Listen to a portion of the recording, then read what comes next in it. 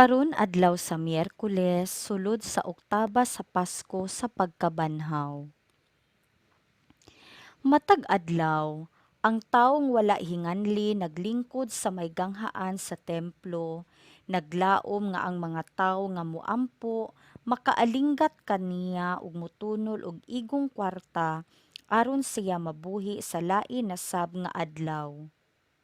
Matag adlaw, nasinati niya ang kaulaw nga ibaliwala og tamayon sa uban.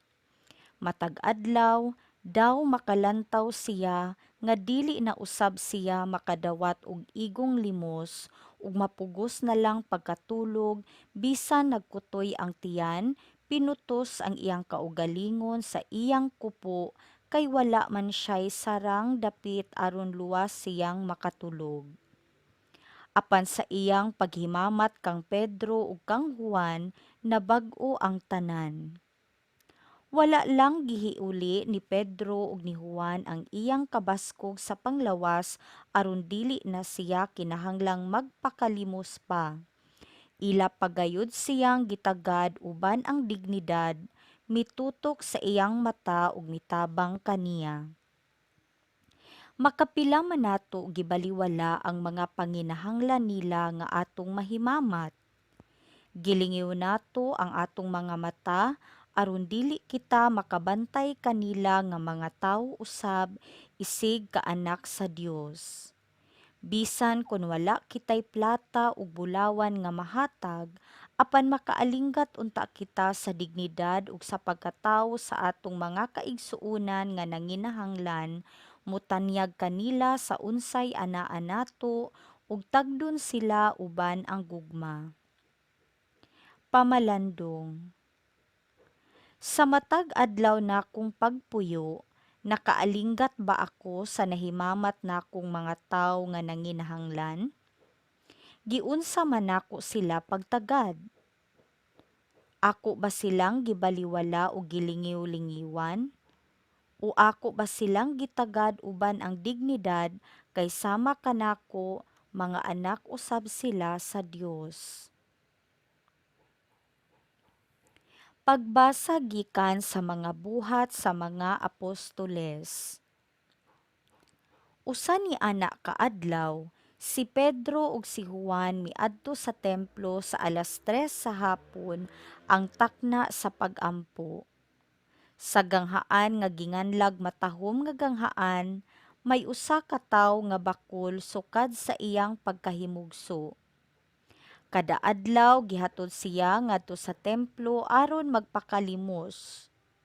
Sa pagkakita niya kang Pedro ug kang Juan nga nanulod sa templo, nagpalimos siya kanila.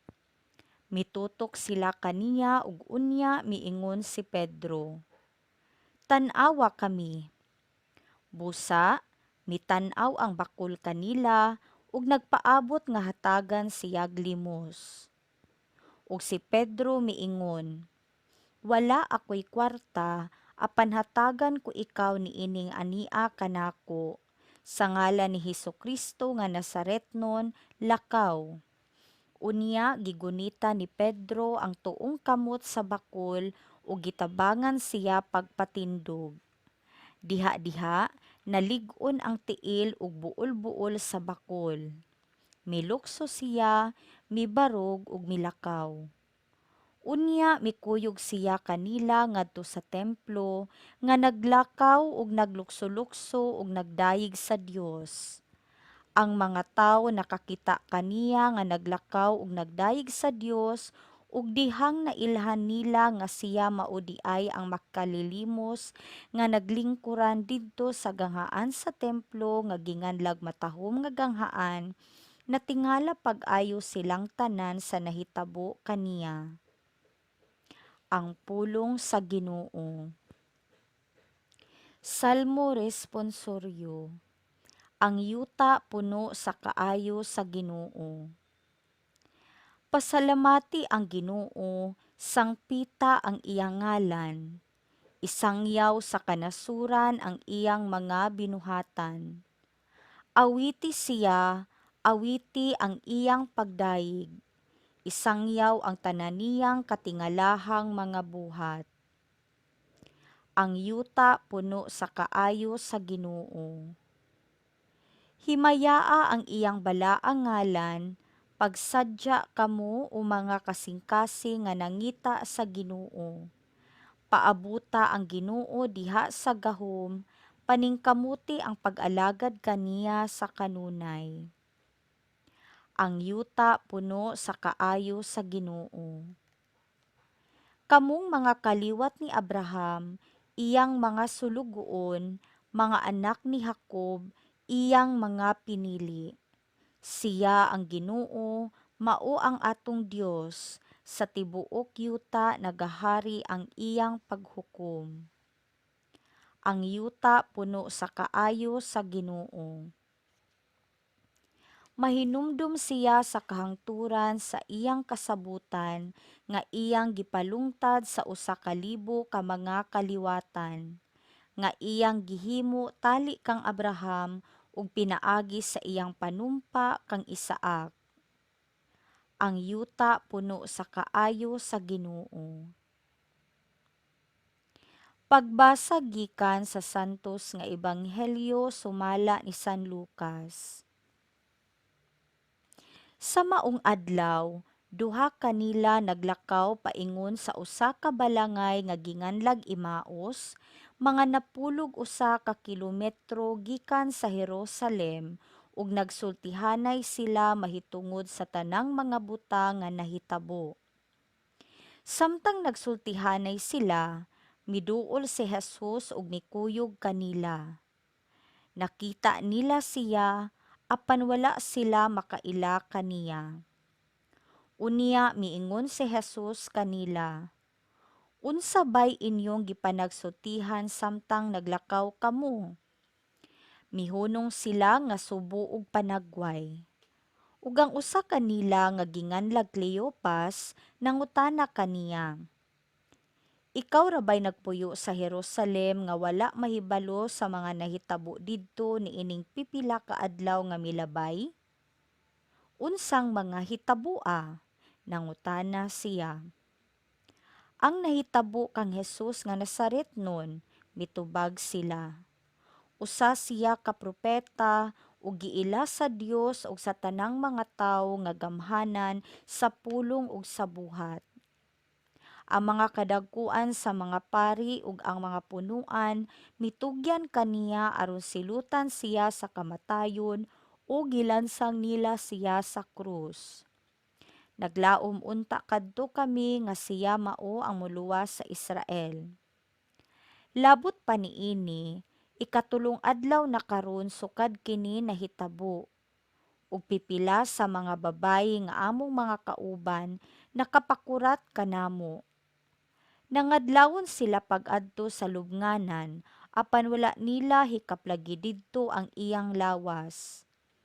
Ug namalik sila ug nanugilon nga nakakita kuno silag panan-awon diin may mga anghel nga misulti kanila nga buhi siya.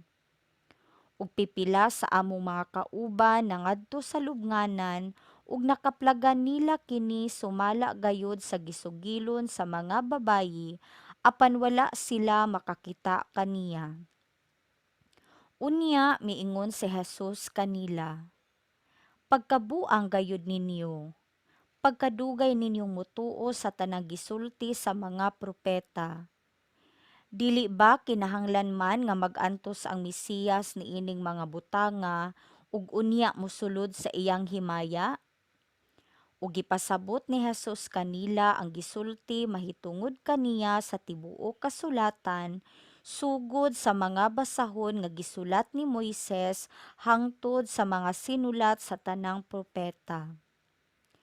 Niadtong tungura, duol na sila sa balangay nga ilang adtuan ug nagpasabot si Jesus nga daw mupadayon lang siya sa unahan, apan gihawiran nila siya og giingnan. "Anhi lang ta mamahulay kay hapit na magabii." Busa midayon siya ug nagpabilin uban kanila. Sa ila ng pagpanihapon, mikuha siya sa pan ug gipanalanginan niya kini, unya gipikas-pikas niya ug gihatag kanila. Diha-diha Nabuka ang ilang mga mata ug nakaila sila kaniya, apan nahanaw siya.